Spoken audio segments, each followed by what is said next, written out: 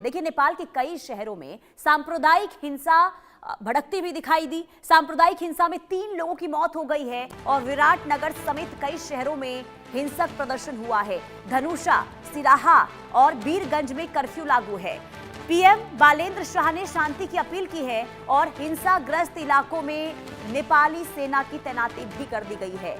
तो पड़ोसी देश नेपाल एक बार फिर सांप्रदायिक हिंसा की आग में धधक रहा है।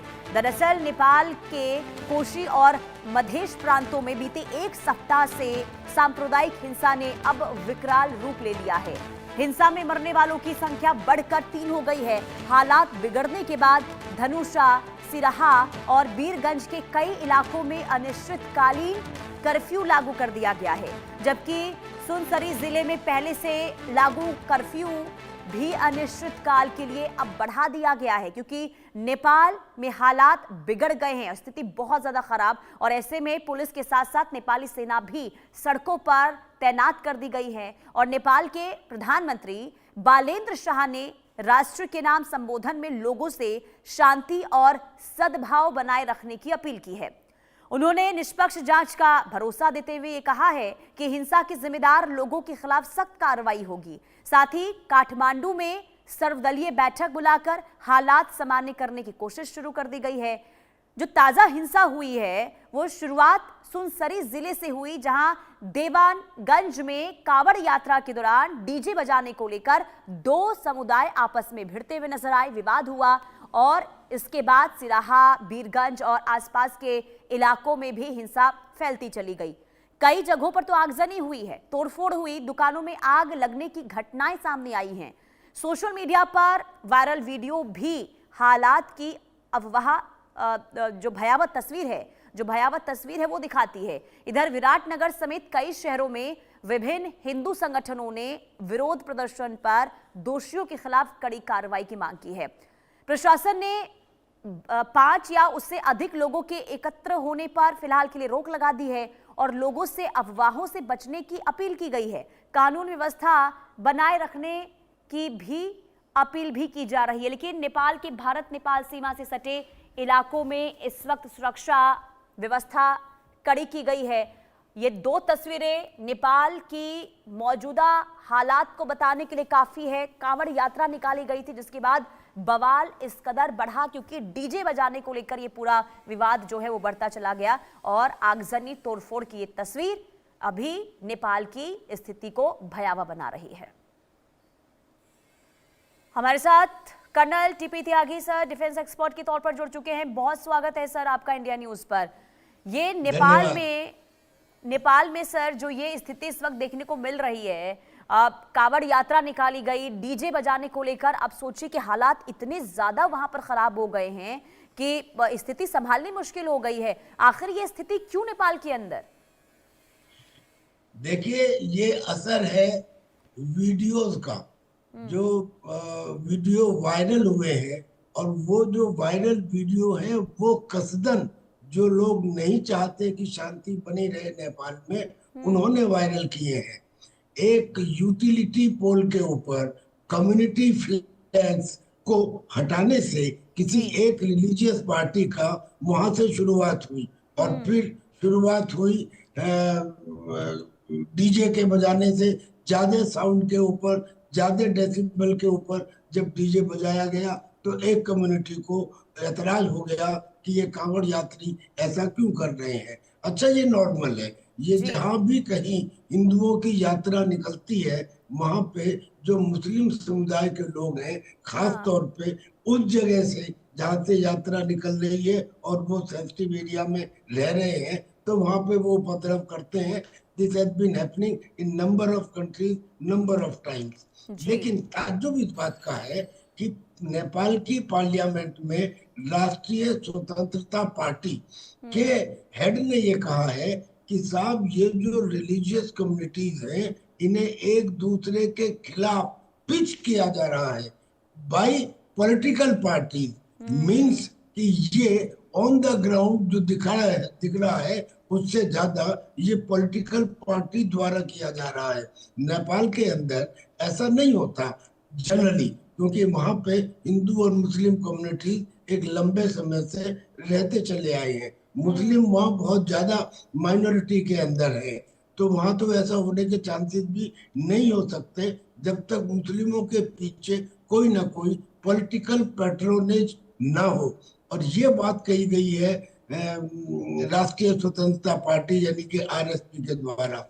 अब वहां ये भी सवाल उठ रहा है कि प्रेसिडेंट ने और बालेंद्र शाह ने यानी कि प्राइम मिनिस्टर ने अपील तो कर दी कि हाँ आप अपील बनाए रखिए, शांति बनाइए, लेकिन हिंसा तो बढ़ती ही जा रही है।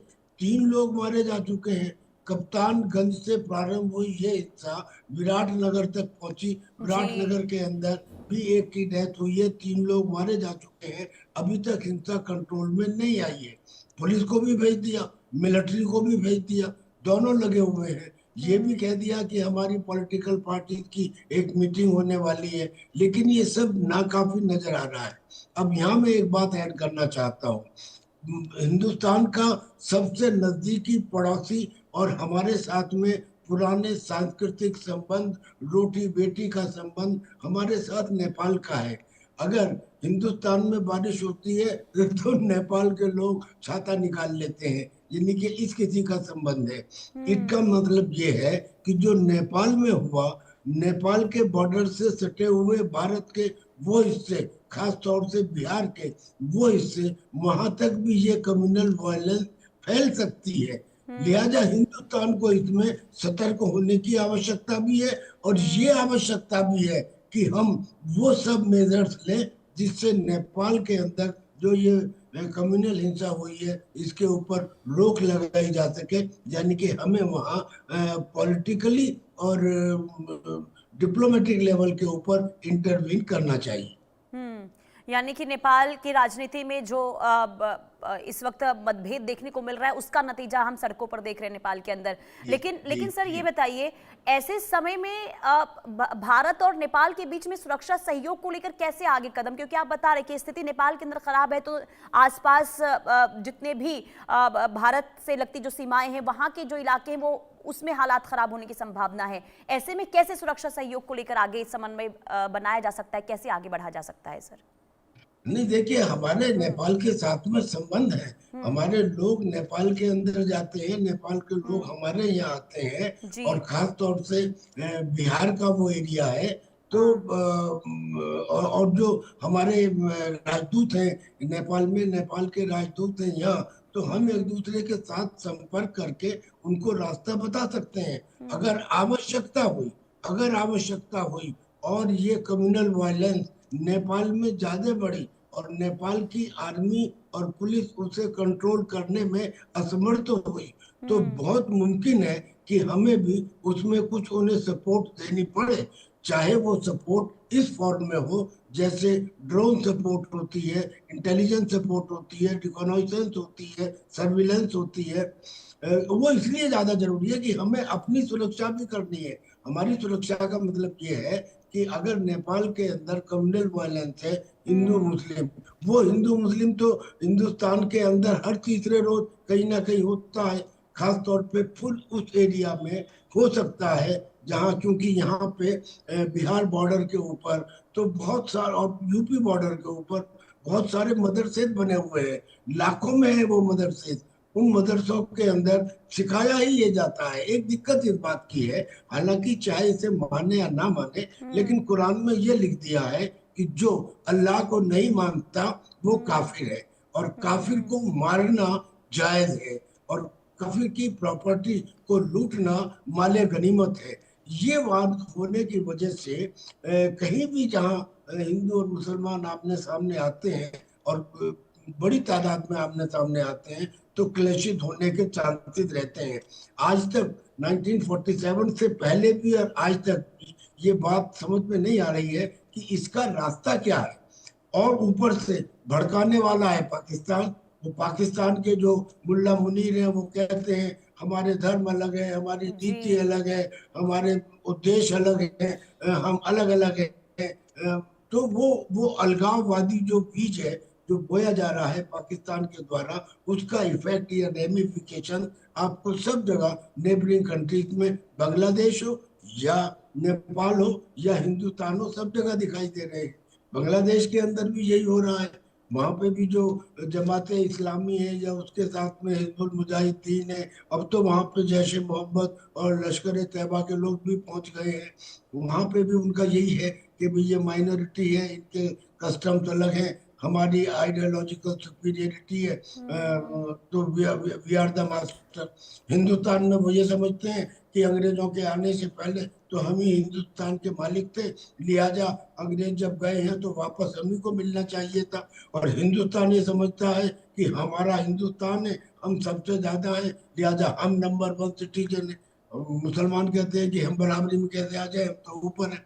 तो ये एक साइकोलॉजिकल चीज है, जहां भी इसको और सर, एक्सप्लॉइट ऐसे करते में हैं। जो आप बता रहे हैं ना, बहुत महत्वपूर्ण जानकारी आप दे रहे हैं, और ऐसे में सवाल ये भी उठता है कि आखिर इतना प्रभाव पाकिस्तान का बांग्लादेश और नेपाल में क्यों बढ़ता जा रहा है। और सोचिए, जब बांग्लादेश में भी हमने स्थिति देखी है, नेपाल में भी अब देखिए हालात हिंदू मुसलमान के बीच में जो देखने को मिल रहे हैं,